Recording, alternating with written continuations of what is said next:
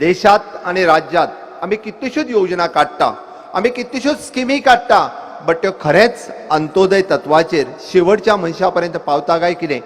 आमची एखादी विधवा भयण आसतली, अपंग भाव आसतलो, जाणटेली आवय आसतली, त्या काणकोणांतल्या खोला गांवांत रावता आसतली, त्या पेडण्यातल्या आमच्या पारशा गांवांत रावता आसतली, तिच्या पर्यंत ती स्कीम पावल्या काय कितें? तिका पर्यंत मेळटा काय कितें? मग हें करतलो कोण? फक्त आमदार, खासदार, मुख्यमंत्री, मंत्री, इतकेच जाण सरपंच, पंच हाज्याय पलीकडे आमची जबाबदारी आसा काय ना? आणि म्हणून तर मॅडमीन उलयता उलयता आसतना कदाचित केंद्रांतल्यो सगळ्यो स्किमी आनी येवजण्यो वाचून दाखयल्यो.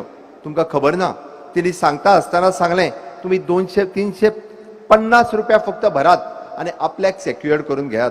आपल्याक आसतले किंवा आपल्या घोवाक आसतले किंवा आपल्या भावाक आसतलो किंवा आपल्या बापायक आसतलो. हांवें कित्याक म्हणटा तर माननीय मोदीजी विचार करता आसतना तांच्यांनी आपलो आनी आपल्या फाटल्यान आपल्या फॅमिलीचोय विचार केल्लो आसा.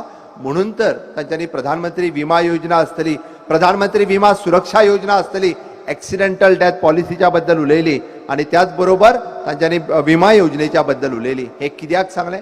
फाल्यां सकाळी आपूण नाय जाल्यार आपल्या फॅमिलीची काळजी कोणी तरी घेवपाक जाय आणि ही काळजी करपी जर ह्या देशात कोण आसा जाल्यार एकमेव पंतप्रधान माननीय नरेंद्र मोदीजी. हाज्या पयलीं हो केन्नाच विचार जावंक नाशिल्लो. आणि ती स्कीम, ती येवजण जर आमी शेवटच्या मनशा पर्यंत पावयली जाल्यार निश्चितच खऱ्या अर्थात आमी म्हणटा की महिला सशक्तीकरण जावपाक जाय, हो देश सशक्त जावपाक जाय, तो जावपाक चड उशीर लागचो ना.